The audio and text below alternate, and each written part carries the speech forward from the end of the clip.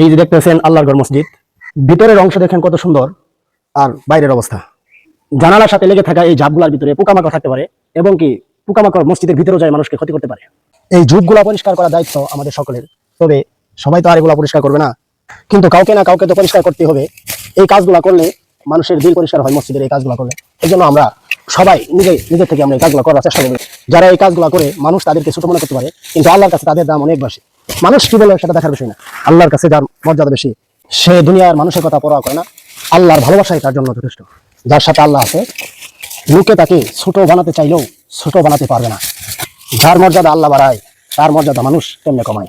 এই জন্য কে কি বললো এটা আমাদের দেখার বিষয় নেই, আমরা আল্লাহর জন্য কাজ করবো। আবু জেহেল এত দামি ছিল আর বেলাল রাদিয়াল্লাহু তাআলা আনহু নিম্নমানের ছিলেন, কিন্তু ইতিহাস সাক্ষী আবু জেহেলের নাম শুনলে মানুষ ঘৃণা করে, আর বেলালের নাম নিলে রাদিয়াল্লাহু তাআলা আনহু বলেন। আমরা যেমন নিজের ঘর এবং ঘরের বাইরে পরিষ্কার রাখি, তদ্রুপ মসজিদকেও আমাদের নিজের ঘর মনে করি।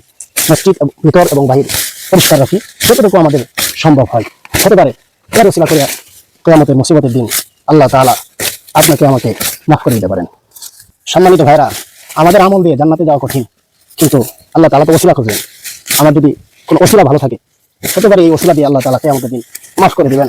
এই জন্য আমরা আমলের পাশাপাশি কিছু ওসিলা তালাশ করি। এখন কত সুন্দর দেখা যায়। আপনারাও আপনাদের মহল্লার মসজিদগুলা এই কাজগুলো করবেন ইনশাআল্লাহ।